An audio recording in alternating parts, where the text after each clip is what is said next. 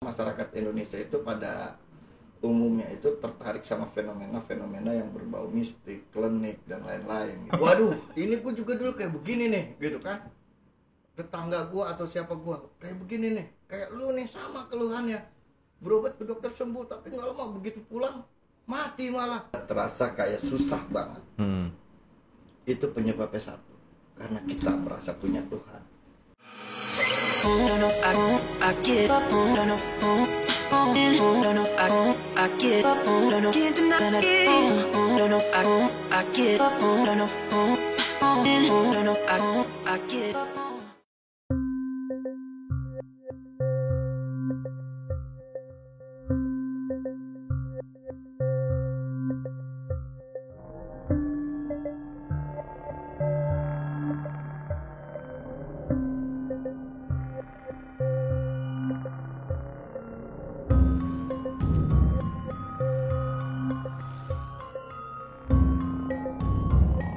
Memahami semua potensi-potensi yang ada di diri kita.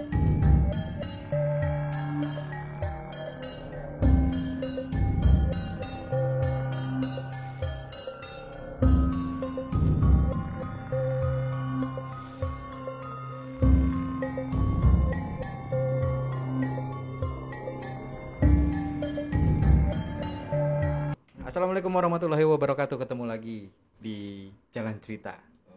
Kali ini sangat luar biasa. Saya membuat jadwal dengan tamu spesial hari ini dari jauh-jauh hari, kurang lebih tahunan lah. Sekarang saya baru ketemu. Ini fenomenal banget, kontroversial juga gitu ya. Jadi kita bisa banyak belajar dari beliau. Nah, kali ini saya undang Biangkero. Saya ajak lagi dengan Bang Awai. Apa kabar Bang Awai? Baik. Woi, tos dulu kita biar nggak selek. Bang Awai, ini nama asli Setiawan ya Bang? Iya. Oh Setiawan. Nama KTP apa nama? Tercantum di KTP. KTP. Oke, apa nih sibukannya nih hari-hari nih? Sekarang nih, udah lama banget nggak ketemu kita. Jadi setiap harinya sih sibuk sebenarnya kan. Senin, Selasa sampai Minggu itu sibuk. Padat jadwal pokoknya. Wih kan, makanya. Senin mancing, Selasa mancing. Makanya aneh ngundang ente tuh, wah udah berhari-hari baru bisa nih. Iya, mancing duit, mancing peserta, Wes. mancing tiket. Oh tapi kelas masih jalan terus ya Bang? Kalau kelas nggak jalan, kebenaran.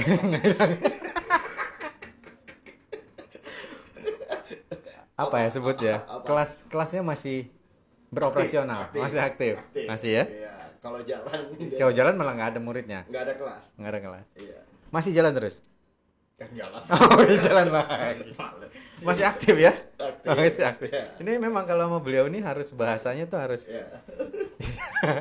soalnya bisa dilewatin mana dulu nih gitu. Nah, kali ini saya mengajak beliau kenapa? Karena beliau ini memiliki latar belakang yang luar biasa dan juga ilmunya juga tidak bisa diragukan. Yes. Kalau ilmunya nggak bisa diragukan. Orangnya, kelakuannya yang harus diragukan, tapi ilmunya nggak bisa diragukan. Walaupun seperti ini, kita banyak harus menggali nih salah satunya. Nah, Bang Awai, ini kan sering kalau saya mau ngorek ente itu, yang saya menjadi tertarik adalah di luaran sana tuh banyak orang-orang yang mengasah soft skill, banyak yang mengasah tentang teknik-teknik keahlian lah. Nah, tapi saya tertarik dengan kelasnya Bang Awai nih. Itu gimana Bang? Kenapa bisa mengangkat super paranormal? Wah, apakah mau menciptakan paranormal baru? Atau ingin apa nih? Nah, ini yang perlu diceritain ini. Wah, ini udah seru bosan nih. Sebenarnya. Iya, nggak apa-apa. Tapi nggak apa-apa lah. Buat apa nih? Penyimak jalan cerita nih ya kan. Oke. Jadi kelas super paranormal itu kita buat kurang lebih sekitar akhir tahun 2009 ya. 2009 kita udah mulai buka kelas super paranormal. Jadi pada saat itu sebenarnya nama paranormalnya ini bukan paranormal dukun. Paranormal di kita itu ya dalam tanda kutip. Paranormal seperti kayak para elit politik, para ini, para apa gitu. Nah, berarti kan kumpulan orang normal. Oke. Wah, udah kumpulan orang normal dan itu menjadi super. Saat orang-orang normal berkumpul. Jadi buat kita saat mereka yang belum menemukan apa sih kesadaran diri, sejatinya diri dan lain-lainnya tentang fenomena diri dengan segala potensinya, buat kita ya para edan. Oke. Itu sebenarnya. Cuma ya akhirnya ya itu menjadi salah satu trik marketing juga ya. Kenapa? Karena orang taunya tuh, wih paranormal nih, dukun nih, ini nih gitu. Padahal enggak. Oh, tapi memang nggak ada arah-arah ke sana atau memang cuma sekedar strategi marketing? Atau memang ada ilmu yang memang diajarkan di dalamnya? Ya kelasnya pasti ada ilmu lah. Ngeselin ya pertanyaannya. Kelasnya pasti ada ilmu. Menjebaknya. Iya. Kalau kelas pasti ada ilmu. Ya. Iya kan? Jadi selain itu bagian dari trik marketing yang berjalan otomatis selama ini, sebenarnya di dalam kelas kita itu kita selama ini ngelihat lah di mana masyarakat Indonesia itu pada umumnya itu tertarik sama fenomena-fenomena yang berbau mistik, klinik dan lain-lain gitu. Nah, di dalam kelas itu kita coba ngebedah, ngebuka sebenarnya fenomenanya itu seperti apa sih. Nah, setelah kita bedah, kita buka termasuk trik-trik yang biasa dimainin nih sama oknum-oknum paranormal. Setelah itu baru kita beri mereka kesadaran supaya akhirnya mereka lebih percaya sama dirinya dengan Tuhannya dibanding dengan tawaran-tawaran iklan oknum-oknum itu. Oke, memang kan selama ini apalagi kita orang Indonesia Bang ya. Paranormal ini sudah bisa dibilang budaya nggak sih Bang? Kalau paranormal masuk ke profesi dong sekarang. Profesi ya? Maksudnya memang sudah dari zaman nenek moyang kita itu memang sudah ada seperti itu sebenarnya?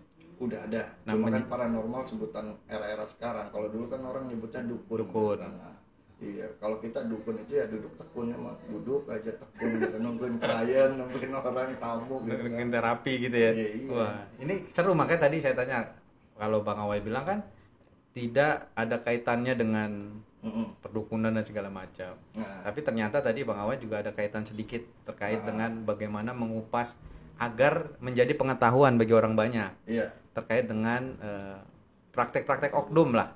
Yang memang pada dasarnya sih apa ya, bukan menjadi hal yang benar paranormal gitu, tapi memang sekedar mencari komersil belaka gitu ya. Iya. Soalnya ya di Indonesia kalau mau dikatain paranormal disebut dukun cukup ganti aja bajunya hitam-hitam, pakai ikat, pakai aksesoris, keluar rumah bentaran langsung dipanggilnya dukun lu ya, dukun lu ya, gitu. Simple di Indonesia tuh, yang penting kemasan. Nah, cuma pada hakikatnya sebenarnya ada nggak sih Bang yang bener-bener paranormal gitu artinya? Ada ya? Ada. Contohnya dukun beranak. Itu paranormal. Lah iya. Beneran itu dukun beranak itu benar-benar yang istilahnya katanya bayi sungsang diurusin apa segala macam, yang lu lahirnya susah apa ya jadi normal gitu.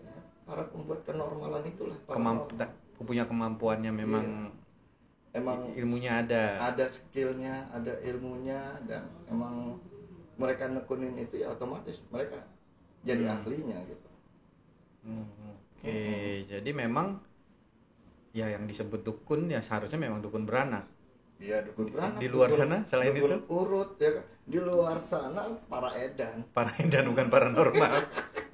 Tapi gini Bang, ini agak tertarik, kelasnya kita bahas nanti dulu, tapi kita lihat fenomenanya dulu. Oke. Nah, fenomenanya ini kenapa dari dulu sampai sekarang orang sekarang kan apalagi teknologi udah canggih, kesehatan udah luar biasa seperti apa kecanggihannya. Tapi kenapa orang nggak lebih banyak ya, saya bilang masih banyak orang yang mungkin larinya ke arah sana. Itu kenapa Bang? Kira-kira fenomena seperti itu? Ya sebenarnya ya kalau bahasa kita itu sebenarnya ya mereka sebenarnya terhipnotis sama metafora, cerita-cerita yang beredar di masyarakat. Dan fenomena-fenomena kesaktian yang selama ini mereka dengar, entah itu lewat iklan atau lewat tayangan. Yang pada dasarnya sebenarnya kalau udah lewat tayangan itu kebutuhan entertain. Nah mereka itu terhipnotis hingga akhirnya mereka merasa tertarik mencari sesuatu yang beda gitu. Nah pada dasarnya kan pemikiran yang kayak begini sebenarnya ini pemikiran yang nggak normal. Ini pemikiran yang edan. Contoh gampang, iya kan? Kenapa mereka harus melakukan ritual-ritual nyeleneh, ya entah yang gimana, pokoknya intinya nyeleneh lah. Cuma untuk mendapatkan ilmu yang katanya telepati.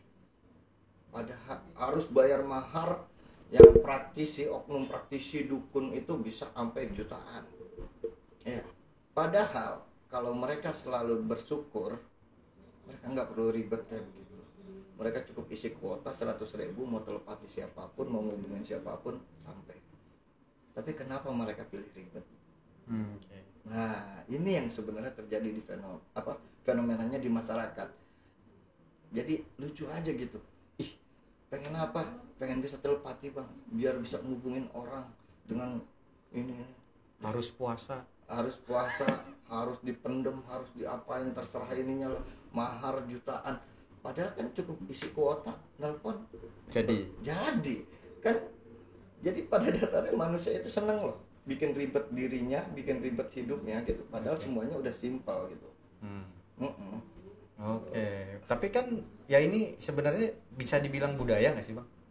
Karena dulu mungkin teknologi belum canggih seperti sekarang. Sekarang kita bisa datang cek di foto aja kita tahu penyakitnya apa. Nah, kalau sekarang kan orang sudah dicek ke rumah sakit, tapi malah lari nih.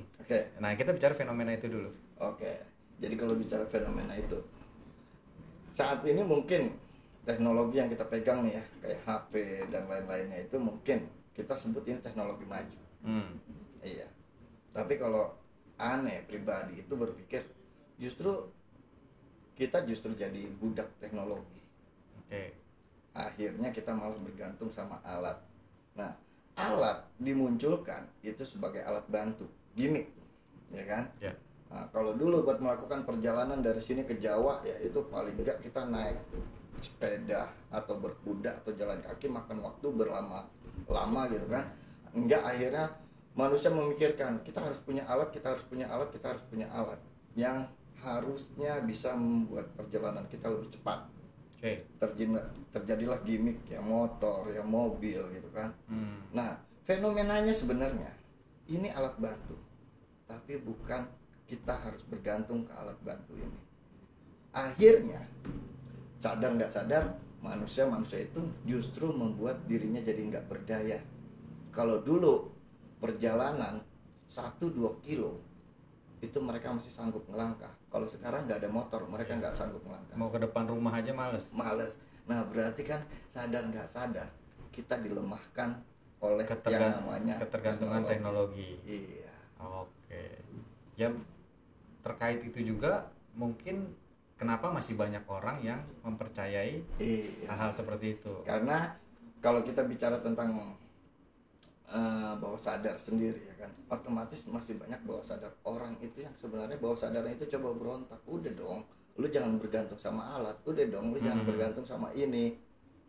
Manusia itu punya potensi luar biasa gitu. Ayo bangkit gitu. Cuma bawah sadar yang ngedorong hal seperti itu, tapi si pemilik bawah sadar ini justru mengarahkan ke arah yang salah. Jadi akhirnya tidak sinkron. Nggak sinkron, akhirnya jadilah mereka korban-korban oknum dengan tawaran-tawaran menggiurkan. Nah, sebenarnya kalau buat kayak alat-alat mau yang katanya buat scan, buat apa, memang itu bagus. Tapi poinnya alat diciptakan buat alat bantu manusia. Kalau umpamanya ini ada alat scan untuk nyekan tubuh lah misalnya. Nah, pastikan saat pembuatan alat itu yang terpikirkan sama manusia supaya mempermudah kita dalam mengukur suhu tubuh. Berarti pada dasarnya sebenarnya sebelumnya ada pemikiran seperti itu dan ada cara tradisional yang buat mengukur suhu tubuh. Iya kan? Hingga akhirnya kayaknya kalau ini nggak akurat nih, kita bikin alatnya. Sebenarnya ada. Jadi apapun alatnya, sebenarnya kita bisa punya power, kekuatan, kemampuan seperti alat yang diciptakan. Sebenarnya kita walaupun alat itu sebenarnya belum ada, tapi kita sebenarnya sudah melakukannya. Sudah melakukan dan sebenarnya kita mampu, tapi kita yang nggak melatih. Oh, iya. Gitu. Wah, berarti kan artinya ya memang sih di dunia ini siapapun itu, bahkan dari kedokteran juga kan ini bicara penyakit ya. Oke. Dari kedokteran juga tidak bisa menjamin kesembuhan. Iya. Tidak ada orang yang bisa menjamin kesembuhan gitu. Oke. Nah, mungkinkah ini yang menjadi dasar orang mencari alternatif lain yang arahnya lari bukan kepercayaan ya, keyakinan terhadap hal-hal yang paranormal tadi itu, Bang? Iya. Jadi kalau kita bicara kesembuhan sendiri ini sebenarnya kan ini banget ya, luas banget gitu cakupannya gitu.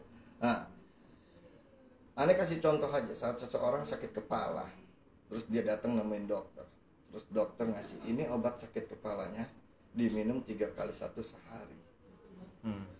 Pertanyaannya, si pasien ini tahu nggak bahwa itu benar obat sakit kepala? Enggak, karena percaya. Karena percaya dan karena yakin. Nah, sama saat si pasien meyakini bahwa penyakit yang dia ada di dirinya itu, wah ini mah nggak harus ditanganin dokter, karena dia misalnya ke input sugesti tentang santet atau apalah penyakit kiriman gitu, biasanya klien itu bakal berpikir ini nggak ke dokter kali, ini obatnya harus ke paranormal, ini harus ke dukun. Jadi mau dokter ampuh kayak apapun itu biasanya nggak sembuh, karena beliefnya, keyakinannya nggak dapat di situ. Tapi saat dia datang nemuin paranormal, nemuin dukun, yang tadinya gelisah, runyem, baru sampai aja tuh dia udah ngerasa tenang. Artinya kesembuhannya ada di dalam dirinya sendiri. Kesembuhan itu ya ada di dalam diri. Nggak ada orang yang mampu menyembuhkan, yang maha menyembuhkan itu cuma Allah gitu, Asifah. Nah, titik kesembuhan, mau sakit mau sehat itu diri kita sendiri yang nentuin sebenarnya. Kita sakit flu itu kalau sebenarnya ya karena kita sendiri kali, kita kurang istirahat, kita kurang tidur, akhirnya kehujanan. Nah itu bikin flu. Nggak bisa kontrol. Nggak bisa kontrol diri. Nah kuncinya sebenarnya di kontrol diri. Saat kita bisa ngejaga kontrol diri itu, otomatis ya kita sehat terus. Oke. Gitu. Nah, tapi ini kita disclaimer dulu Bang ya, bukan berarti kita membandingkan medis sama perdukunan atau apapun itu, tapi yang pasti segala macam kesehatan ini memang yang bisa menentukan sakit atau enggaknya hanya Tuhan. Kita hanya Allah Subhanahu wa taala. Nah, di sini kita hanya mencari fenomena, membahas fenomena kenapa ada orang yang masih sampai saat ini masih di era masih datang ke orang-orang begitu ya. Makanya kan? saya mengajak beliau ini kan beliau juga mungkin ada yang belum tahu atau mungkin juga banyak juga, beliau ini muridnya udah di mana-mana. Beliau adalah guru besar dari Persaudaraan Kembang ya Bang. Persaudaraan Kembang Nusantara ya singkatnya. Persaudaraan Kembang aja sebenarnya. Oh, Persaudaraan Kembang. Persaudaraan Kembang. Cuma saat ini kan kita bikin LKP, Lembaga Kursus dan Pelatihan, yang kita kasih nama Padepokan Kembang Nusantara.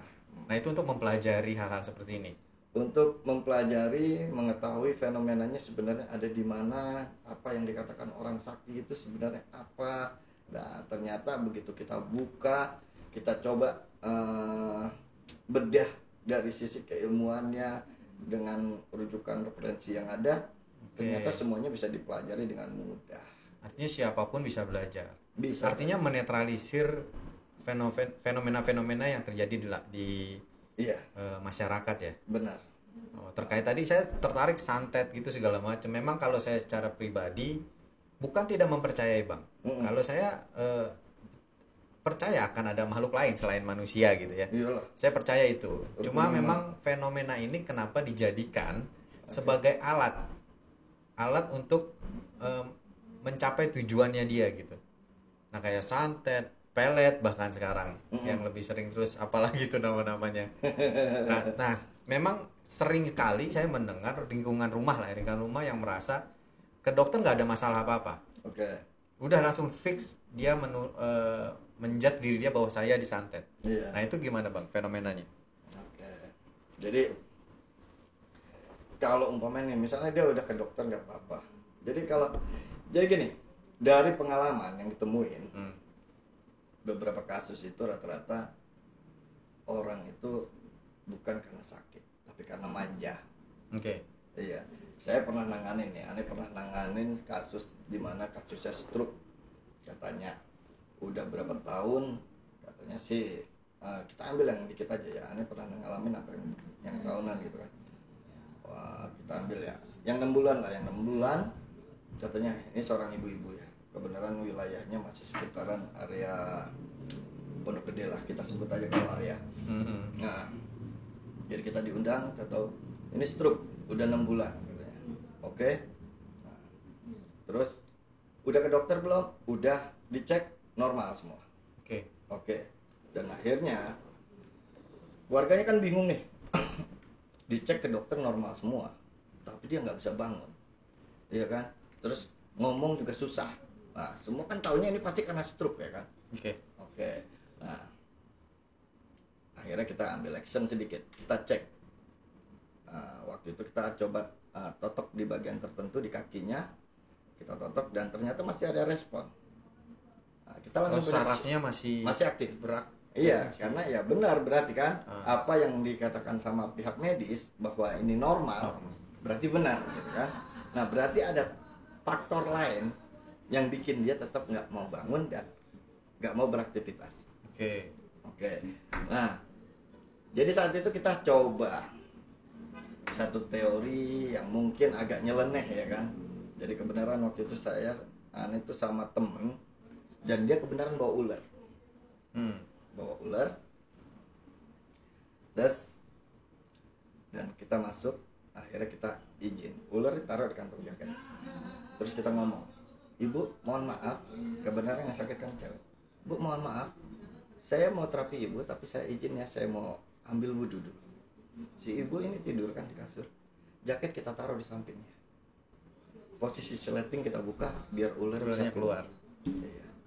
Baru masuk sebentar ke kamar mandi, dia mungkin melihat ular, bangun dia lari. Ular katanya, lari dia keluar kan, zat. Nah, begitu dengar kayak gitu kita masuk langsung balik ke tempat semula, ular kita save, kita amanin, terus kita keluar. Nah, di posisi kayak itu kita punya tanggung jawab klien, di mana kita nggak boleh mempermalukan klien, pasien. Betul. Ya kan? Jadi begitu keluarganya nanya, otomatis kita memainkan sandiwara. Itu benar ada ular, Bang? Iya benar. Itu jinnya. Dan sekarang sudah saya pulangkan kembali. Ya emang udah dipulangin ke kantong gitu kan. Iya. Dan udah nggak mungkin dia bisa keluar lagi. Saya udah kunci. Ya emang udah dikunci, udah diseleting kantong jaketnya kan. Ya bohong tapi nggak bohong-bohong banget gitu kan. Nah, baru kita ngadepin klien kita lagi. Nah, sekarang ibu udah bisa jalan ya? Udah. Oke, sekarang ibu ayo ke dalam. Saya masih mau terapi ibu. Udah, tenang aja. Udah nggak ada ular, udah nggak ada apa. Begitu di dalam, kita melakukan interview sama si ibu. Jadi dengan sedikit metafora, terus cerita-cerita yang istilahnya shock terapi lah buat dia. Saya ngomong ke si ibu, ibu mau setiap tidur ibu itu ada ular di samping ibu. Kalau ibu nggak jujur sama saya, ntar kejadiannya seperti ini. Padahal ini udah kita kondisiin loh. Dan akhirnya mau nggak mau dia cerita. Dia cerita kalau umpamanya dia sehat, anak-anaknya sibuk kerja.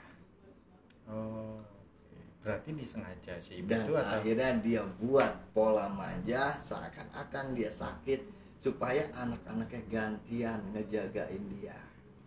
tapi dia sadar ngelakuin itu. Dia sadar.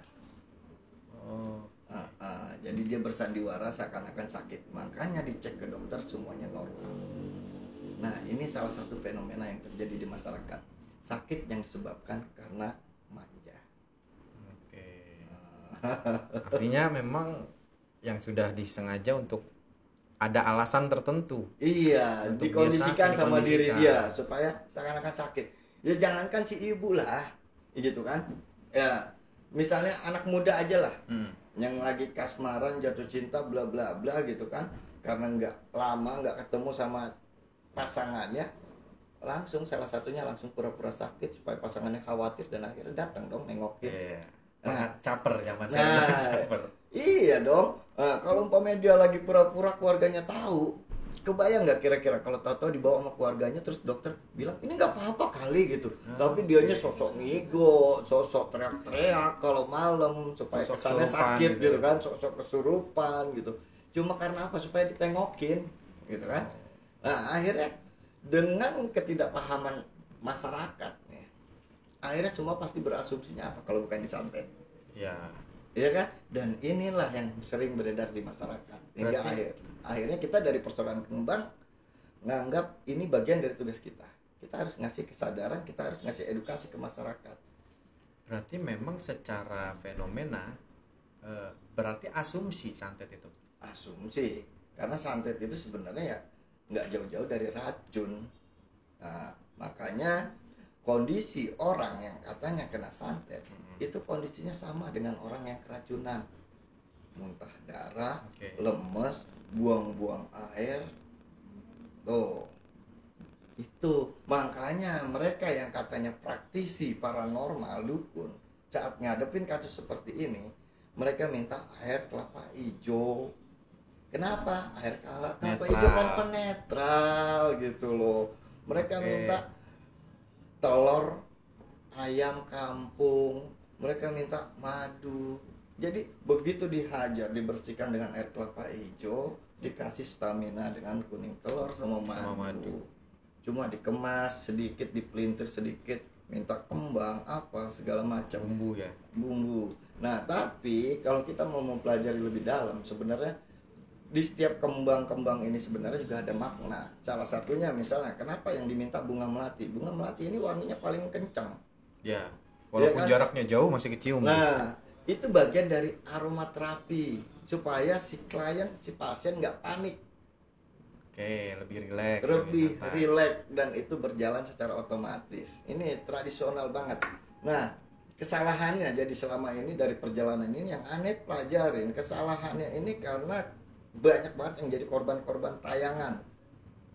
Tuh, sebenarnya fenomenanya cuma ada di situ gitu loh, simpelnya.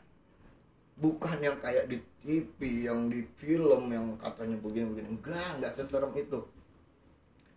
Berarti ya media juga salah satu faktor kenapa masyarakat menjadi kepercayaannya terhadap satu hal yang sifatnya kurang logis. Nah, itu Terkait dengan tadi apa kelapa hijau, memang kalau secara logis ya kelapa hijau untuk menetralkan. nah, iya. Terus dengan telur, kuning telur, dengan madu ini memang untuk stamina Iya. kita lebih sehat. Kadang diminta jeruk purut juga. Jeruk purut, ada yang ayam hitam. Iya. Kalau konteks ayam hitam itu sebenarnya cuma supaya si oknum dukun paranormalnya ini Biar punya nilai lebih. Oke. Karena harganya kan lumayan. Iya. Jadi ya belum tentu sih sebenarnya dipotong atau diapain sama paranormal, belum tentu. Begitu pasiennya pulang sebenarnya ayamnya bisa jadi sewaan. Nah, kira-kira nih Bang, oke lah kita mungkin nanti teman-teman yang nonton ini seru banget kalau kita harus bahas satu persatu, panjang banget nih, bisa berhari-hari Bang ya. Berhari-hari. Mungkin kalau mau boleh kontak Bang Awai nanti mau nanya-nanya ataupun mau apa ya terkait dengan hal-hal yang menjadi pertanyaan mereka biasanya gitu. Atau boleh komen di bawah.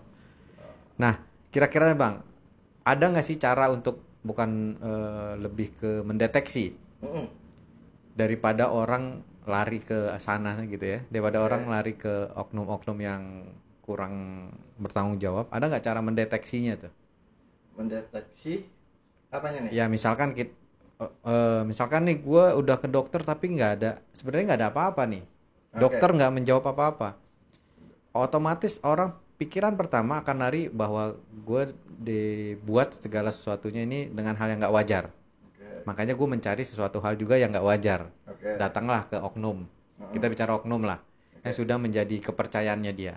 Nah, untuk mendeteksi itu apa yang harus dilakukan kira-kira? Ya itu balik lagi sebenarnya, kata kuncinya itu sadari ketidaksadaran diri selama ini. Itu kata kunci sebenarnya. Jadi orang banyak menyalahkan tapi sedikit orang yang merenungi. Nah, jadi misalnya mereka lebih suka diperhatiin, mereka lebih suka dengan menyalahkan orang lain. Jadi saat mereka sakit, mereka nggak mau menyalahkan diri mereka sendiri di mana mereka teledor gitu. mereka nggak menjaga diri mereka. Jadi akhirnya begitu mereka sakit, mereka ngerasanya apa? Oh ini pasti dibuat. Karena mereka nggak mau menyalahkan diri mereka Mencari sendiri. kambing hitam ya, mencari kambing alasan. hitam. Iya, padahal cukup merenungi 2-3 hari ke belakang itu ngapain sih? Bisa jadikan ternyata makannya telat hingga akhirnya emahnya akut. Nah ini begitu dia tahu dia makan telat, dia tahu dia ini, tapi dia ngerasa nggak mungkin lah, gue mah gitu. Akhirnya ini pasti gue dikerjain sama teman gue. Kenapa? Buat nutupin kelemahan dia sebenarnya. Ini yang terjadi di masyarakat sebenarnya. Jadi banyak orang-orang so tegar lah, bahasa aneh, tapi sebenarnya dia justru menutupi kelemahannya. Banyak orang yang gitu, bertopeng gitu. Bertopeng. Iya, makanya wajar dunia ini panggung sandiwara, kutipan-kutipannya kayak gitu ya kan. Nah, tapi kalau aneh sendiri saat dengar kutipan begitu, dunia ini panggung sandiwara. Oh, berarti gua harus bersandiwara. Karena saat di panggung sandiwara, yang paling hebat bersandiwara itu yang bayarannya paling mahal. Cuma kalau ngomongin panggung sandiwara kelihatan angkatan berapa nih. Oke nih. Ini seru Bang ya. Gitu. Okay. Tapi nanti kapan ya Bang ya kira-kira kita bisa ya bukan menunjukkan sih, tapi lebih ke ternyata ini gitu. Nah, bebas. Ada nggak Bang satu contoh yang mungkin buat teman-teman bisa menyadari ternyata itu. Tadi kan Bang Awai sudah menjelaskan sedikit terkait dengan bahwa di medik nggak ada apa-apa, ternyata ada alasan tertentu dia harus berbuat seperti itu dan seakan-akan seperti stroke atau ada nggak kasus yang pernah Bang Awai temui yang sifatnya memang dia punya penyakit Bang? Oke. Dan memang dari medis sudah didiagnosa bahwa ini ada penyakit ini. Nah dengan seperti itu kan dia artinya merasa kok gue nggak sembuh nih dari medik, akhirnya mencari lah, gitu ya, mencari nih yang ke arah lebih bahasanya alternatifnya, gitu. Nah, kira-kira pernah nggak Bang Awai mendapatkan sebenarnya simple ini masalahnya, gitu, tapi sebenarnya justru malah kebanyakan sebenarnya dia udah sembuh. Udah sembuh. Walaupun masih didiagnosa. Jadi banyak kasus malah justru begini. Dia udah berobat ke dokter. Oke. Dan sebenarnya tadinya medis dan dia udah ngikutin apa kata dokter. Dan sebenarnya dia udah sembuh. Tapi balik lagi, justru keyakinan dia belum sembuh. Kenapa? Karena gini. Makanya sebenarnya setiap orang ini saat dia sakit itu sebenarnya waktu istirahat dia yang terbaik. Nah, bagusnya orang sakit itu benar-benar dia istirahat, benar-benar nggak ada yang besuk. Kenapa? Tahu sendiri. Begitu ada yang besuk atau ngobrol. Waduh, ini gua juga dulu kayak begini nih, gitu kan? Tetangga gua atau siapa gua kayak begini nih, kayak lu nih sama keluhannya. Berobat ke dokter sembuh, tapi nggak lama begitu pulang mati malah. Nah. Padahal maut itu urusan Allah lah, urusan Tuhan gitu. Nah, orang sakit kondisinya itu trans, ya kan? Nah, kondisi gelombang otaknya kalau udah trans itu berarti masuknya di alpha, dan dia mudah menerima input. Kenapa? Karena otomatis critical area-nya itu udah pasti dalam kondisi yang terbuka. Dia nggak bakal menganalisa lagi, makanya dimasukin jarum, dimasukin apa udah dia terima aja. Itu berarti kan dia udah nggak mau mengkritik apapun yang dilakukan yang intinya sembuh, gitu. Dia terima. Nah berarti critical area-nya di sama hal tadi motor tadi itu ya. Nah dan akhirnya karena celetukan orang trans ini menerima dong. Dan akhirnya itulah yang bikin akhirnya mereka udah sembuh aja masih nyari alternatif. Akhirnya yang seharusnya dia udah ngerasain sehat full, akhirnya dia masih ngeraba-raba, aduh perut gue masih perih nggak ya, atau apanya lah masih sakit nggak ya, yang tadinya nggak ada itu rasa karena dicari. Dia merasa dicari dan akhirnya seakan-akan ada. Nah disitulah akhirnya dia malah datang lagi ke oknum, sama oknum dimanfaatin lagi, padahal sebenarnya nggak seperti itu. Jadi aneh banyak nemuin yang kayak begini. Nah begitu itu ya otomatis pola yang kita pakai juga pola kalau di hipnosis yang namanya terminasi sebenarnya membalikan kesadaran. Karena Oke. kondisi dia datang berarti dia udah kondisi terhipnosis dan terinput sugesti. Ya. Berarti kan tinggal kita membalikan dengan posisi terminasi. Semudah itu sebenarnya nerapinya. Tapi karena posisinya dia taunya ini klinik, ini mistik, ini segala macam, otomatis balik lagi kita memainkan sandiwara seakan-akan kita bermain yang namanya kekuatan mistik. Padahal sebenarnya ini fenomenanya sebenarnya ada di hipnosis sebenarnya. Gitu. Berarti nggak masalah juga dong bang, ketika oknum-oknum dukun kita bisa dukun tanda kutip ini melakukan hal seperti itu dengan dasar dia yakin dia sembuh dan memang sembuh gitu ya. Sebenarnya kan nggak masalah juga. Nggak masalah. Yang jadi masalah itu begini. Karena gini ya, buat seorang yang katanya bisa, yang katanya ahli pengobatan, itu di masyarakat bakal dipandang. Itu pertama. Oke. Terus kedua, itu bakal jadi salah satu pintu rezeki yang bisa menjadi sumber penghasilan. Ya kita udah bisa lihat lah di beberapa yang terkenal ini ya. Dan kita akuin di luar sana memang banyak praktisi, banyak terapi yang benar. Tapi kita juga nggak bisa menapik di luar sana banyak praktisi itu yang cuma bermodalkan kostum, pakai atribut, pakai celak mata, pakai gelang, pakai kalung yang intinya serem, supaya dikatakan orang bisa. Nah, ditambah lagi dia dengan cocotnya berhalusinasi bla bla bla segala macam. Kapan ngeliat pohon dibilang ini ada penunggunya Gondoruo. Nah, ditambah lagi orang-orang malah percaya, padahal saat dia ngomong ini ada Gondoruo, orang-orang ini nggak ngelihat.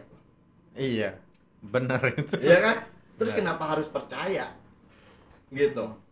Nah, ini kan bisa aja orang lakukan. Tinggal ngomong kok ini ada Gondoruo. Nah, siapa yang bisa ngebuktiin itu beneran ada Gondoruo? Yang ngomong aja nggak bisa ngebuktiin. Kok kenapa harus percaya? Nah, ini yang harusnya masyarakat ngerti gitu loh. Oh, di sini ada ini. Ditonton aja itu di tayangan YouTube, di tayangan ini. Mana banyak ya gitu ya kan. Akhirnya muncul kelebatan-kelebatan padahal karena efek cahaya, efek kamera, bias apa segala macam. Dianggapnya itulah penampakan. Ya benar penampakan, karena apa? Karena tampak. Nggak salah dong. Komunikasinya keren. Analisa terhadap katanya bagus. Nah iya. Oh iya benar juga. Karena tampak. Karena penampakan, karena tampak. Karena tampak. Tapi belum tentu esensinya itu. Belum tentu itu. Yang penting memang benar ada penampakan. Nah iya. Oke. Bener. Terus kayak kita bicara tentang makhluk halus gitu kan. Nah, kita ini sekarang Indonesia juga lagi diserang sama yang namanya makhluk halus. Ya. Makanya makhluk halus itu bisa bikin orang mati. Nah ini kan orang tua dulu kita mesennya begitu tuh. Iya. Hati-hati ada makhluk halus. Kenapa? Nanti bisa tewas, bisa mati karena makhluk halus. Corona, COVID, pandemi ini bukannya halus lagi. Bukan halus. Halus banget. Udah nggak bisa diayak gitu. Nah itu, ya kan? Itu udah halus banget dan benar itu makhluk halus gitu. Tapi kenapa di luar fenomenanya kok makhluk halus itu gambarannya kayak begini.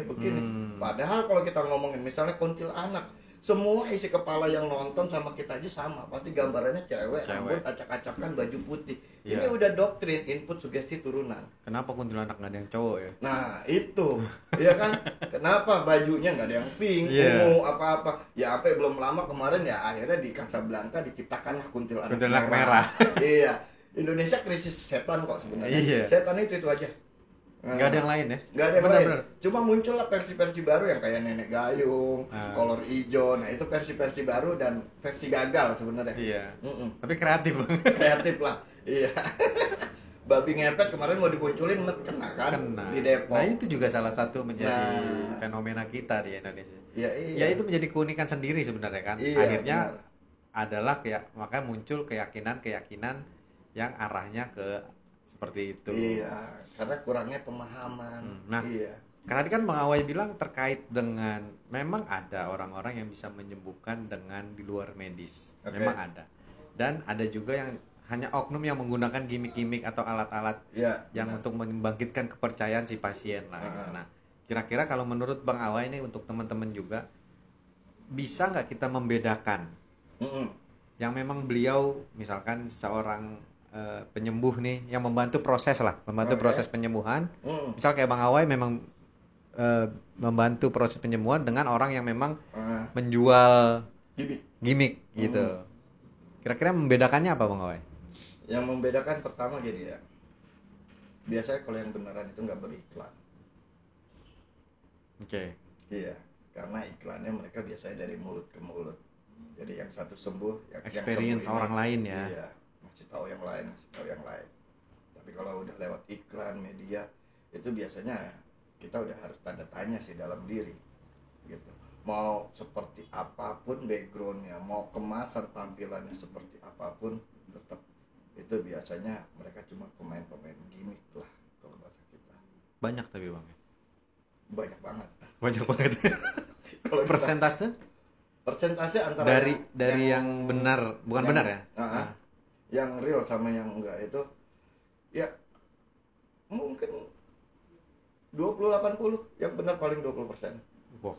Iya, karena terlalu banyak lah. Aneh sendiri nyaksiin ini karbitan-karbitan, sulapan-sulapan yang dengan kemasan apa itu banyak banget gitu. Mereka tampil dengan kemasan, belum lagi yang mereka baru belajar sedikit udah langsung ngaku begini gitu. Padahal ya aslinya belum layak lah buat jadi terapis gitu. Karena buat jadi seorang terapis ya mereka otomatis harus bisa nerapi dirinya sendiri. Betul. Kalau aneh prinsipnya itu. Saat mereka masih berhalusinasi, masih berdelusi dan masih punya rasa-rasa kepanikan, ketakutan, mereka belum layak kali jadi terapis. Oke. Iya, terus mereka ngomong misalnya kan, aduh, ini takutnya nih, gitu. Takutnya nih, kalau nggak disediain ayam cemani, nanti serangan baliknya. Wah, Nah, ini bahasannya. ini dia. Berarti masih ada ketakutan. Berarti dia udah otomatis modus. Oh, kalau ada bahasa itu. Iyalah. Kalau emang ibaratnya dia tahu nih kayu ada pakunya, istilahnya ini badan ada penyakitnya. Harusnya dia tahu gimana caranya begitu Nyabutnya. paku tanpa harus melukai dirinya. Bukan dengan iming-iming ada ketakutan. Waduh, ntar pakunya berbalik, nancep ke saya atau apa. Nah, ini kan akhirnya disediain lah tumbal apa. Ini udah otomatis modus. Itu aja simpelnya. Buat teman-teman ini penting banget nih. Memang kalau saya pribadi memang nggak terlalu saya ya tadi saya bilang di awal meyakini dengan adanya makhluk lain selain manusia. Iya. Tapi terkait hal-hal yang belum tidak ada logisnya, saya masih belum bisa memahami gitu. Kecuali memang yang tadi Bang Awai bilang dukun patah, Iya. gitu ya. Memang orang dulu kan sebutnya penyembuh itu dukun segala macam Iya, gitu. emang Dukun kalau beranak. patah mah emang jelas dia belajar Iya. tentang tulang, Bener. merapiinnya gitu. Nah, cuma yang kaitannya dengan kalau harus mandi ini, harus pakai A, B, C, D gitu ya. Iya. Nah, ini yang menjadi pertanyaan kita bersama gitu. Nah, makanya tadi keren banget ketika kita bisa mendeteksi, oh ini benar memang bisa menyembuhkan. Artinya membantu proses penyembuhan, yang menyembuhkan kembali lagi Ya, Allah iya. Subhanahu wa taala gitu ya. Kalau kita ke dokter aja nggak ada dokter. Aduh ini ntar keserang balik ke saya. Ada kayak gitu. kan. Bener. Dokter aja pun juga tadi udah saya bilang ya, dokter juga nggak bisa menjamin kesembuhan kan. Nah iya, tapi kan nggak ada bahasa yang Nggak ada. ini harus ada tumbalin nih. Iya. Itu nanti penyakit pindah nggak ada. Kamu harus ini nih kamu. Itu nggak ada gitu. Ya kembali lagi juga tadi dokter pun juga melakukan adanya ini ya. Ya ini kembali lagi adanya tetap komunikasi di awal. Iya benar. Apa yang dirasakan kan? Iya. Nah itu barulah kita bisa tahu menyembuhkannya menggunakan apa. Dan berdasarkan ilmu yang dipelajari oleh seorang dokter kan pasti kalau ini obatnya ini, kalau ini obatnya ini, sama halnya juga dong. Dengan terapi juga kalau sakit ini ya ini. Iya. Tapi kalau di kita gini, Aneh selalu nyampein, jadilah seorang terapis yang menjadi diri sendiri, bukan menjadi terapis yang terhipnotis sama pasien, sama klien. Misalnya begini, ini di ranahnya keilmuan hipnotis ya. Ya. Datang orang ke seorang terapis, terus terapisnya nanya, keluhannya apa? Ini saya setiap hari sakit kepala, setiap hari saya pusing, setiap hari saya ini. Terus si terapisnya langsung menerima begitu aja. Dan dengan egonya, kesombongannya dia merasa, kalau sakit kepala mah cukup kasih obat ini. Nah, ini udah kesalahan fatal. Fatalnya di mana?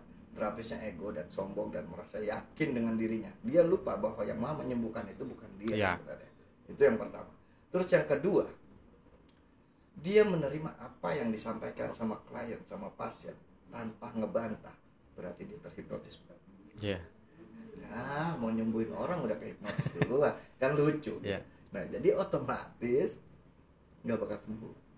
Nah, kalau di kita ajarin gimana sih seluk-beluknya gitu kan. Umpamanya pasien datang, keluhannya apa? Sakit kepala. Anda selalu ngarahin, cari tahu apa penyebab sakit kepalanya. Apa dia mikirin utang, apa dia kurang tidur, apa dia ini. Nah, ini banyak penyebab sakit kepala. Jadi jangan mentang-mentang nih orang cerita sakit kepala terus diponis. Udah, ini obatnya. Orang datang misalnya, aduh sakit kepala nih, abis disantet orang misalnya gitu, langsung percaya doang kan? Ya, itu mah belum layak jadi terapis. Harus kan telusurin dulu, kenapa nih dia bisa cari tahu jadi betul sakit kepala. Nah itu, jadi nggak mudah sebenarnya buat jadi terapis. Makanya tadi ente tanyain yang benar yang ini, yang benar ada, cuma yang nggak benar ya lebih banyak 80-20 tadi itu ya. Iya, itu. Oke. Ya, ini menarik nih. Tapi dalam waktu dekat kelas apa bang yang tapi gini, kalau kita lihat di YouTube-nya Bang Awai apa judulnya bang? Bang Aweril. Bang Aweril. Channelnya Bang Aweril. Channelnya nih, boleh teman-teman kunjungin terus subscribe juga. Bang Aweril ini kalau lagi live ya bisa sejam 2 jam, itu yang dengerin tuh tetap aja banyak. Itu apa sih yang dibahas sebenarnya, maksudnya kok banyak banget gitu yang mau dengerin sejam orang ngomong sendiri lagi. Kalau berdua oke lah. Iya, sejam interaksi gitu, ada. Ya. Ini ngoceh sendirian. Tapi pada nungguin dan live lagi kan? Iya. Gitu. Nah itu sebenarnya apa bang yang ente tawarin? Maksudnya ente berikan kepada penonton ente tuh? Intinya ya kita coba ngasih pemahaman, kesadaran lewat apa yang kita sampaikan gitu. Nah itu biasanya kita nanti dapat bahan buat live itu dari grup atau dari pasien nih, klien konsul tentang apa. Wah ini kayaknya asik nih buat diobrolin, dibagi ke orang banyak. Nah di situ akhirnya Hani bawain di live. Walau kemarin juga kadang ya harus ngomel gitu, dimana tau ada klien katanya ini hipnoterapi bang, kok nggak ada gerakannya gitu, pelatihan aja pada bikin harga tinggi gitu kan, tapi kok giliran pandemi ini orang lagi pusing, orang lagi panik, lagi kalut, kok nggak ada yang bikin ya terapi gratis gitu. Paling nggak kan di situ juga kan pembuktian gitu bahwa hipnoterapi emang bermanfaat buat mengatasi panik, cemas, ya sesuai pikiran, dengan zaman ini lah, di masa pandemi ini. Akhirnya ini live cuma ngomelin para hipnoterapi. Kalau ente nonton kayaknya ente singgung. Makanya kan tadi ada bilang, ini orang banyak banget dengerin orang ngoceh ngapain gitu. Iya. Dan dengan santainya gitu. Kenapa? Ya aneh nggak peduli lah, intinya apa yang kita sampaikan itu kebenaran dan itu fakta gitu. Kalaupun orang nggak terima berarti dia egois gitu aja. Toh kalaupun umpamanya mana nih hipnoterapis jangan ngaku gini bisa ngobatin ini tapi kondisi begini kok nggak gerak gitu, terus mereka ego gitu, apa-apaan sih gitu, gua kan harus berbayar, oh silahkan dengan egonya gitu. Padahal semakin sering kita berbagi justru kita malah dapat semakin banyak. Betul. Itu kuncinya. Dimana contohnya gini, kemarin kita sempat ngebuka yang namanya terapi online gratis sampai 3 session. Nah, akhirnya sorry bang, kayak kasusnya juga aneh, luar biasa gitu yang ikut terapi itu, kasusnya banyak. Yang stroke, yang apa, ya kan itu banyak banget, yang tiroid, yang apa itu. Alhamdulillahnya kan sembuh tuh, walaupun kita cuma lewat media Zoom, lewat media online. Cuma karena memang kita paham pola kesembuhan itu bukan karena di tangan terapisnya. Jadi kita cuma membimbing pasien kita, klien kita lewat Zoom meeting itu untuk mencari kesembuhan lah, mengharapkan kesembuhan dari Yang Maha Kuasa. Tapi sembuh gitu bang?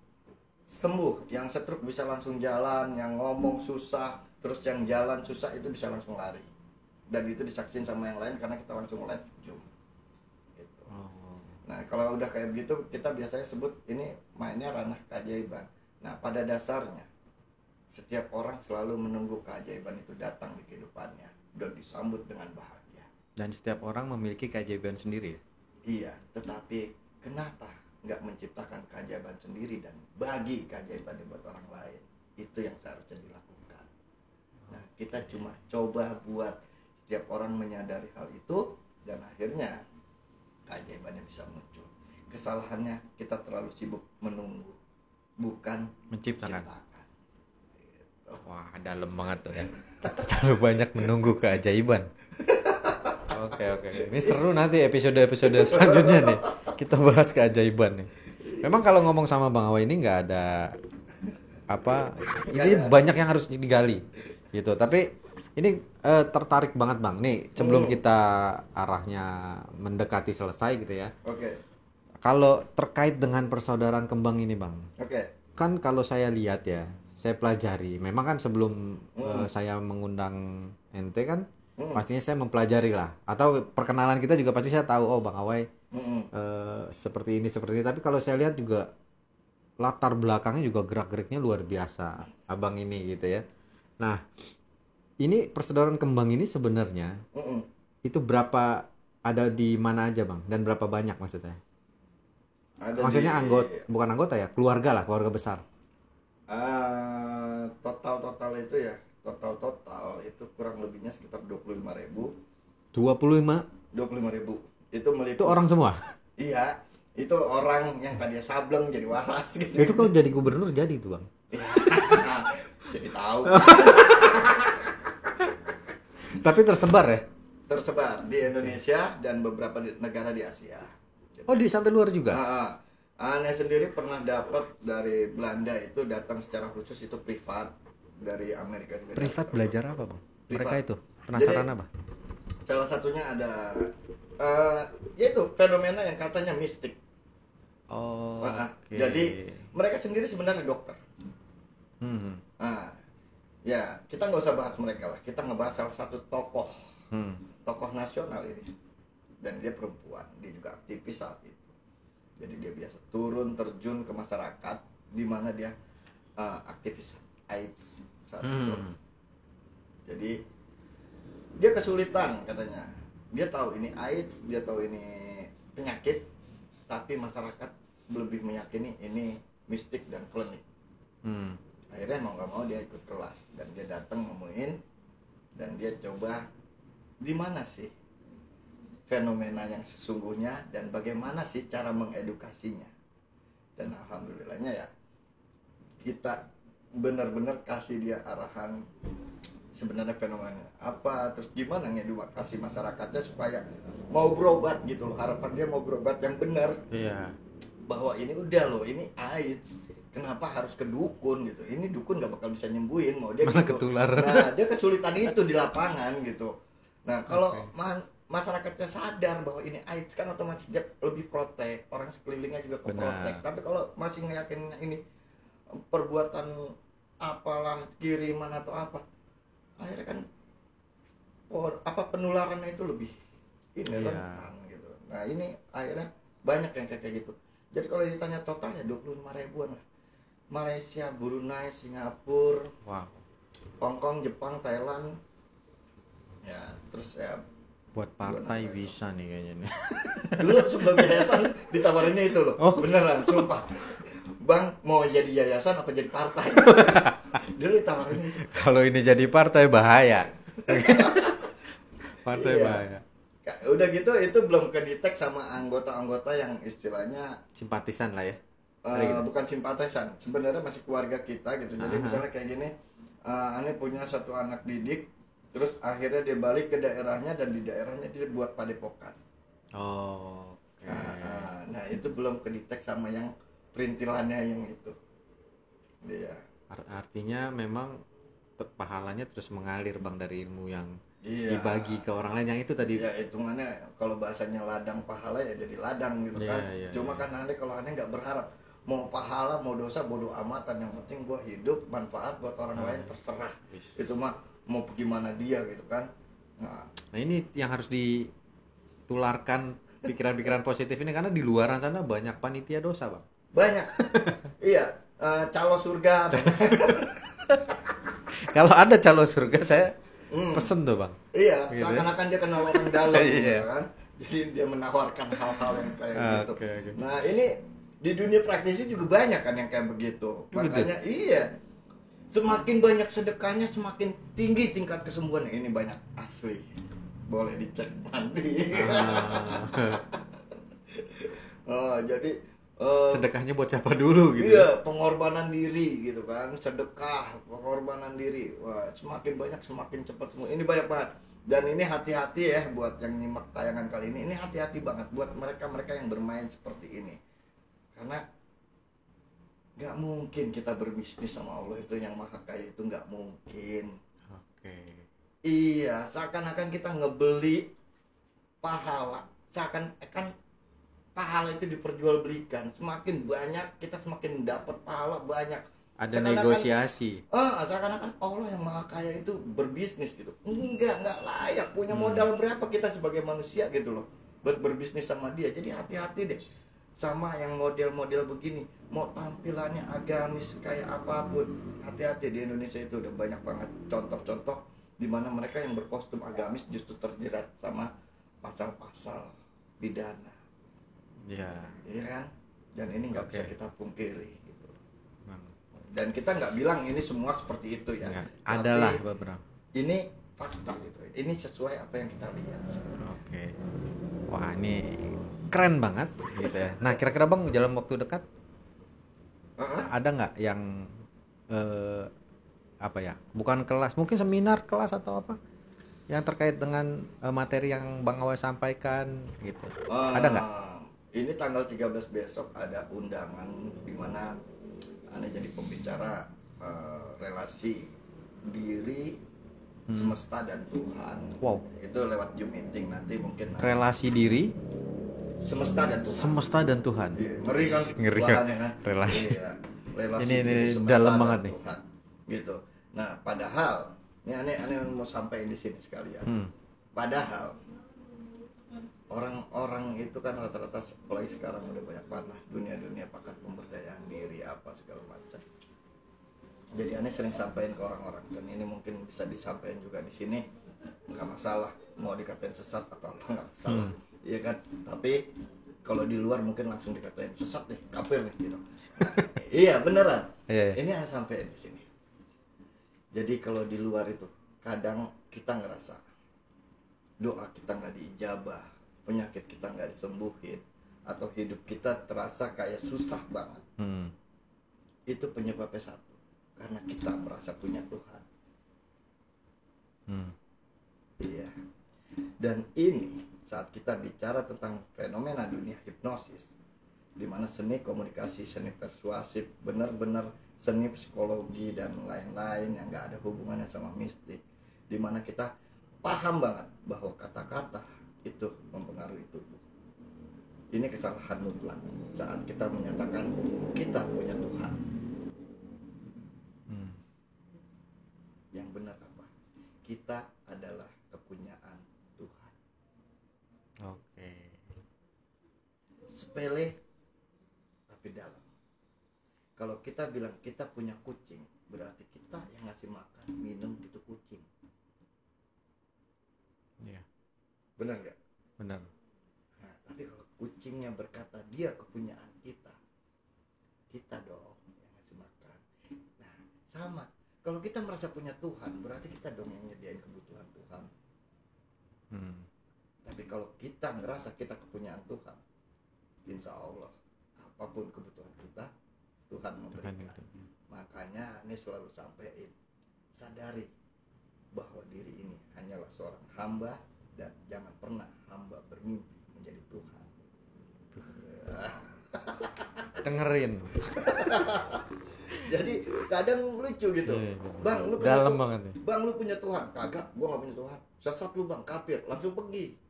Padahal jelas-jelas kita kepunyaan Tuhan, bukan kita yang Iya. punya Tuhan gitu loh. Berarti judulnya Bang Awai kafir. Ujung-ujungnya begitu ya kan? Iya, iya. Ya udah terserah. Orang udah jelas-jelasin sholati wa nusuki wa mahya wa mamati ya Iya, kan? benar. Nah, berarti kan pasrahnya lillahi ta'alanya ya mutlak gitu. Kita nggak mampu. tiada daya dan upaya melainkan atas kehendaknya saat kita merasa kepunyaan. Jadi ya mudah-mudahan yang nyimak ini udah mulai merubah kata-katanya. Saat ditanya punya Tuhan apa enggak, maaf, kalau ditanya saya punya Tuhan, saya enggak punya, tapi justru sayalah kepunyaan dia. Ini lebih asik loh ngejawab kayak begini. Nampar yang lain nampar, ketampar. Rasa Termasuk memiliki. ini. Oke, ini itu dia kenapa serunya dengan Bang Awai ini.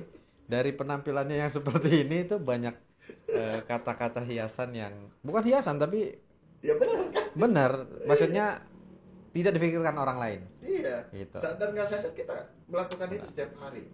Nah, kalau kita udah ngerasa punya, terus kita minta sama yang kita miliki kan lucu. Benar. Justru harusnya kita menuhin dong. Nah, disitulah mindset pikiran harusnya diubah. Ya kita kepunyaan dia, baru itu kita layak meminta, memohon. Iya. Gitu. Belum apa-apa minta, kitanya nggak bisa melakukan apa-apa. Nah itu. Wow. Kita bikin nanti episode yang lebih dalam lagi Bang. Gos ya. Karena makin lama makin Makin puyeng dia. puyeng, makin seru gitu. Nah, oke Bang, ini akan seru tapi nanti suatu saat mungkin teman-teman kalau emang mau tema apa nih yang dibahas sama Bang Awai, nanti saya bisa main ke tempat boleh. Bang Awai. Boleh lewat komen gitu. Komen. Coba dong angkat apa gitu kan. Oke, siapa? Atau kalau yang mau lebih detail terkait tadi santet apa segala macam di YouTube-nya Bang Awai banyak. Iya. Saya aja kenapa manggil beliau karena pernah mengikuti atau sering bahkan dengan orang yang banyak itu dengerin ocehannya beliau ini selama 1 jam. Yang menurut saya masih ya karena apa ya, pemahaman gitu. Kita kembali pada pemahaman masing-masing sih Bang ya. Oke. Tapi kalau saya melihat dengan mendengarkan Bang Awai ini pemahamannya artinya masih masuk, masih logis buat saya pribadi gitu. Jadi mungkin ini bisa menjadi referensi buat teman-teman yang ingin rujukan. jangan cuma lihat-lihat dan joget-joget, Iya, ya kan? dong. Jangan cuma nonton-nonton. Manusia tanpa tulang. Manusia tapi kita lihat banyak khasanah-khasanah lain yang bisa kita ambil dari di luar sana. Terkait halnya dengan kelas super Paranormal. paranormal tadi itu. Itu akan ada lagi nggak Bang? Ada saat ini online paling. Online? Itu gimana online? Kan harus praktek. Maksudnya harus menunjukkan contoh kayak hal-hal yang sifatnya Ya nggak masalah, mereka praktek di rumah. Paling kita suruh siapin ya kan. Bang pengen tahu ditusuk jara yang debus itu gimana gitu. safety gimana Bang? Apa? Safety-nya. Kan kita siapin grup, jadi kita arahin nih. Nanti malam kita bahas ini ya. Nah siapin ini, terus safety-nya gini gitu. Nah, nanti malam praktek, jadi pengawasan kita. Iya, nanti mungkin beberapa di sela-sela saya kasih cuplikan-cuplikan kelasnya Bang Awai nih. Mungkin penasaran. Ada yang ditusuk. Emang kalau aneh ngelihat tuh yang ditusuk. Terus kalau jalan di atas beling udah biasa lah ya. Iya, itu Terus tidur di baku gitu. Nah, itu benar. Aneh mikirnya, wah ini apa maksudnya gitu. Memang secara pribadi aneh pun juga belum pernah nih Bang ya. Belum pernah datang. Makanya ini menjadi tertarik. Aneh cerita dulu, ajak teman-teman gitu ya. Ini bukan promo, saya nggak dibayar Bang Awai, gitu ya. Nggak ada hal-hal seperti itu.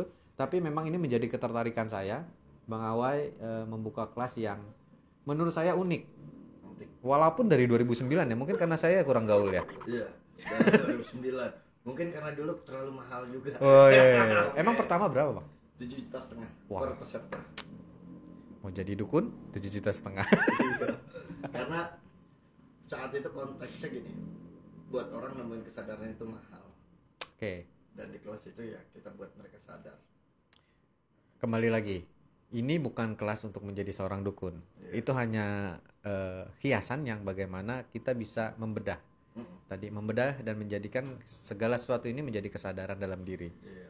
Karena banyak hal-hal yang harus kita sadari. Iya. Tapi sekarang angkanya nggak kayak dulu. Nggak kayak dulu. Iya, apalagi kondisi pandemi. Ada medianya nggak? Sosial media atau apa gitu Bang? Mungkin ada yang mau lihat dulu. Ada fanspage nanti Padepokan Kembang Nusantara, terus websitenya juga ada. Selain itu ada kelas lain apa? Banyak sih. Kalau kelas-kelas aneh itu hitungannya namanya nyeleneh sebenarnya. Nah itu maksud saya ya mungkin. Jadi selain super paranormal kita ada kelas yang namanya ngoeng-ngoeng. Apa lagi itu? Ngoeng-ngoeng. Terus kita ada juga namanya kelas ATT, Awaisme Teknik Terapi. Nah, sebelum ATT ini ada yang namanya kelas Awaisme. Awaisme ini sebenarnya hipnosis cuma versi Nusantara, real versi Nusantara. Nah, jadi aneh emang selama ini ya bisa diakuin bergerak sendiri. Di saat para penghipnotis berkiblat ke barat, aneh justru coba ngangkat hipnotis yang ada di Indonesia. Nah, kalau di Sumatera namanya pukau, di Jawa namanya gendang, kita udah punya ini. Tapi kenapa anak bangsa ini lebih berkiblat ke barat? Kenapa nggak ngangkat yang istilahnya benar-benar asli dari kita? Kenapa para penghipnotis yang malah berburu sertifikat hipnotis ke luar negeri, bukan malah punya niat gimana caranya mereka yang dari luar negeri berburu sertifikat ke kita? Nah sebenarnya kan banyak tadi yang Bang Awai cerita pun juga ada kan yang dari luar untuk belajar ke kita. Iya. Tapi itu kan bagian yang ini loh. Ternyata mereka tertarik loh. Iya. Nah makanya di situ akhirnya aneh buat konteks di mana satu pola, satu teknik yang dalam hitungan detik orang bisa melakukan hipnotis, yang katanya hipnotis barat ajarkan harus dalam waktu 8 jam kelas pelatihan. Aneh hitungan detik, aneh kasih tahu teknik Awaisme, setiap orang bisa melakukan hipnotis sama seperti mereka. Wah.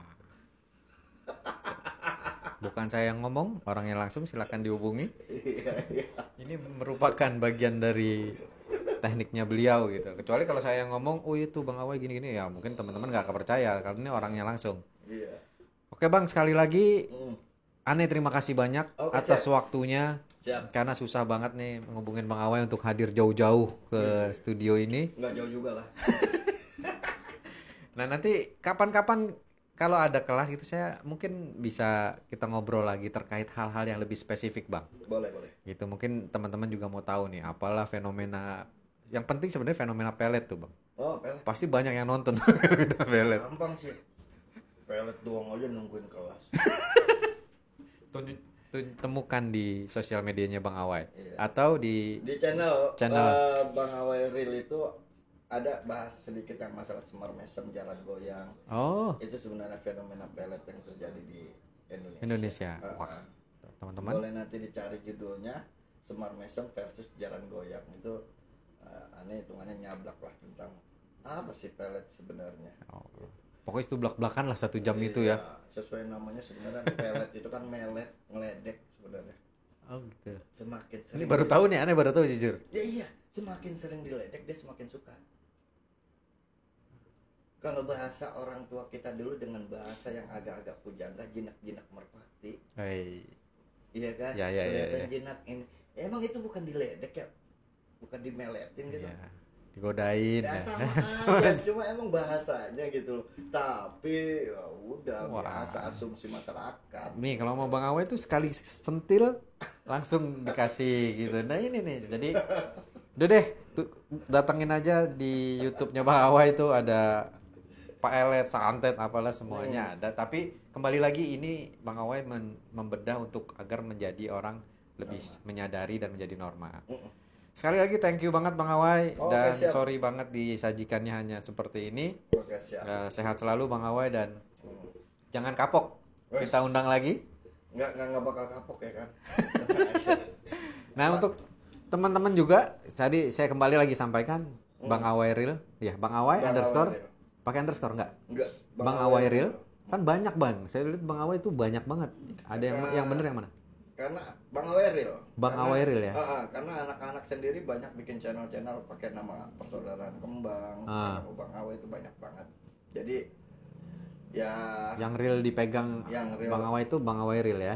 Bang Awai Real makanya dikasih nama Bang Awai Real. Nah, di situ banyak banget dikupas gitu ya. Dan juga di-subscribe karena juga hampir mengejar view saya. Padahal saya bertahun-tahun, beliau baru berapa bulan udah mendekati. Nah ini makanya saya harus panggil dan semoga ini menjadi pembelajaran buat teman-teman yang nonton dan juga buat sekali lagi kita tidak mengklaim bahwa segala sesuatunya ini benar atau segala sesuatunya ini perbandingan ini A B C tidak. Tapi di sini adalah untuk bagaimana kita membuka fenomena baru agar kita menjadi pengetahuan baru. Iya. Dan kita tersadar akan hal apa yang harus kita sadari. Ya, balik ke diri masing-masing aja. Intinya kalau emang ini bermanfaat silakan dipakai. Kalau memang nggak bermanfaat silakan dibuang. Karena filter diri itu tetap ada di diri masing-masing. Betul. Dan jadilah diri sendiri. Oke banget. Itu aja dari kita. Jangan lupa di subscribe dan juga like, komen di bawah. Yang penting komennya. Mau nanya Bang Awai, mau merasa ada yang salah dari kita, Oke. komen aja nggak apa-apa karena kita terima diskusi. Wah, terima diskusi, terima dikritik, terima dimaki, Iya, terima mau dihujat. dimaki-maki silakan. Nggak Gitu. masalah. Poinnya seorang kapten yang unggul itu diciptakan dari ombak yang besar. Wih. Jadi kita nggak takut akan apapun. Jadi silakan kritik kita, ini kita pastinya saat kita dikritik, saat kita dihujat, saat kita difitnah, kita justru malah bakal berterima kasih, di mana di situ berarti saatnya kita lebih mengontrol diri kita. Nah, makanya saya mengundang Bang Awai ini siap-siap untuk mental dikritik karena kontroversialnya ini nih. Gitu. Oke, sekali lagi thank you banget Bang Awai ini. Oke, Hormat, siap. salam hormat saya juga ditemani hari ini. Semoga juga teman-teman selalu dalam keadaan sehat. Ketemu lagi dengan kita nanti di cerita-cerita yang lain. Oke. Dan tetap tonton terus di Jalan Cerita.